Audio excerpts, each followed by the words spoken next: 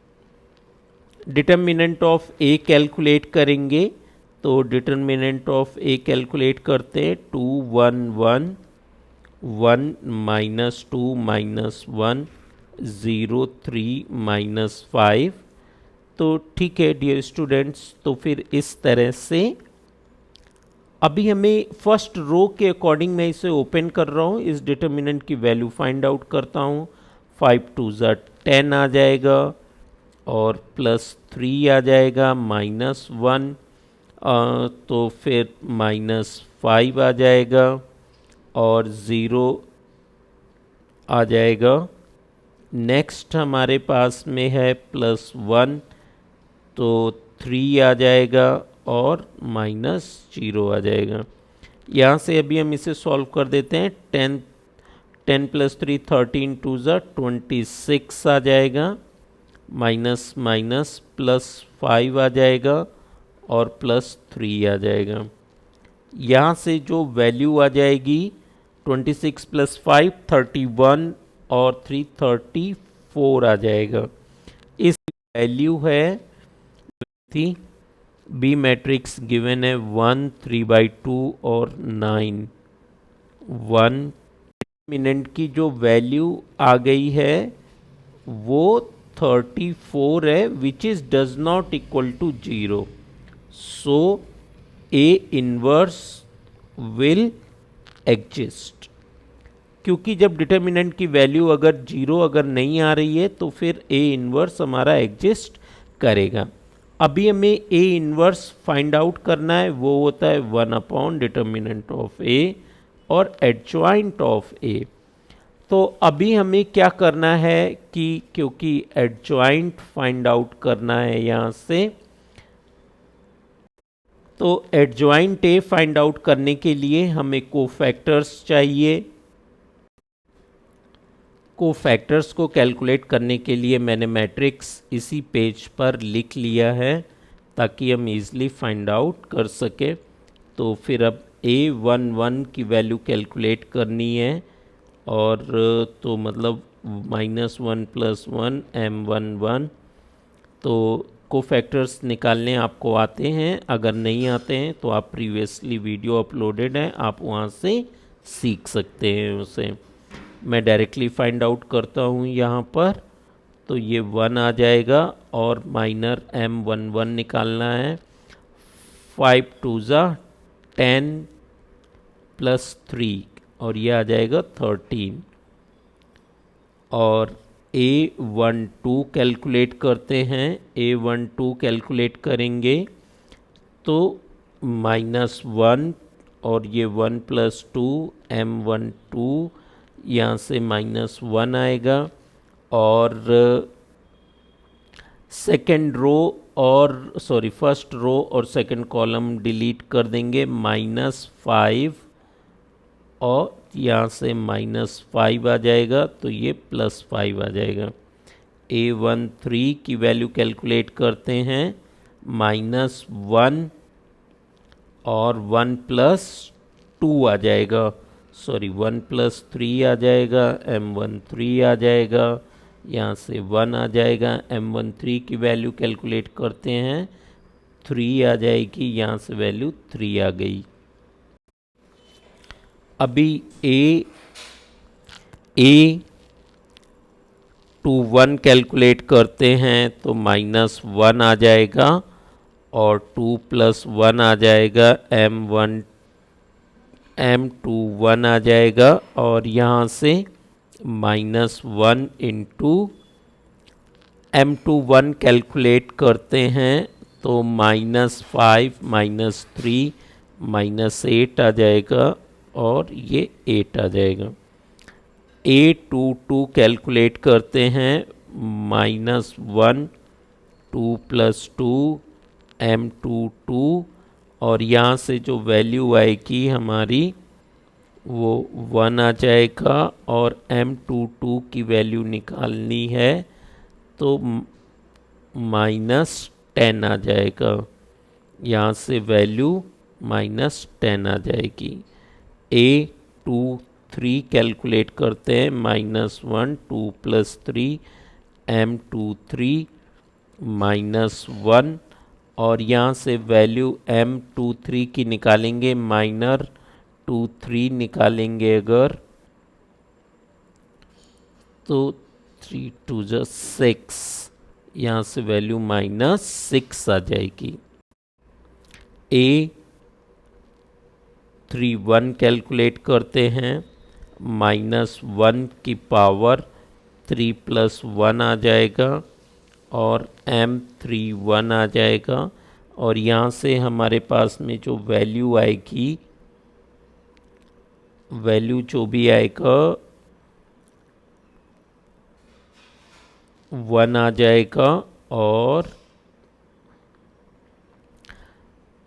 M31 calculate करेंगे तो -1 + 2 तो 1 आ जाएगा वैल्यू और A32 कैलकुलेट करते हैं, -1 3 + 2 M32, यहाँ से वैल्यू -1 और M32 की वैल्यू निकालेंगे अगर तो -2 और -1 -3 आ जाएगा।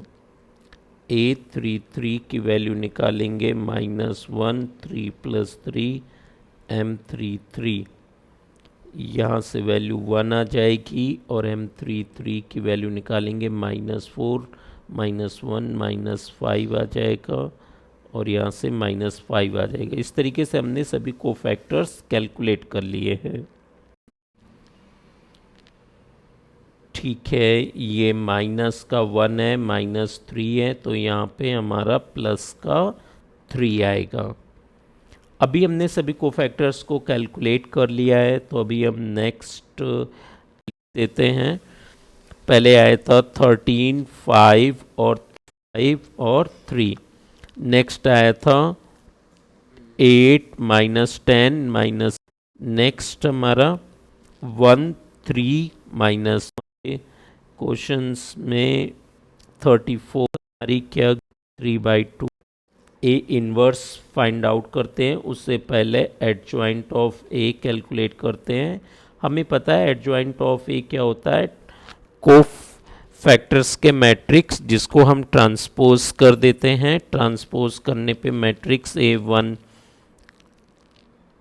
A13 आएगा हमारा, A11 A12 A13 A21 A22 A23 A31 A32 A33 इस तरह से आ जाएगा। और सारे कोफैक्टर्स अभी हम यहाँ तो 13 5 और 3 8 -10 और -6 1 3 -5। यहाँ से अभी हमें क्या करना होगा कि ए इनवर्स फाइंड आउट कर लेते हैं। ए इनवर्स क्या हो जाएगा, 1/डिटर्मिनेंट ऑफ ए और हमारे पास में एडजॉइंट ऑफ ए।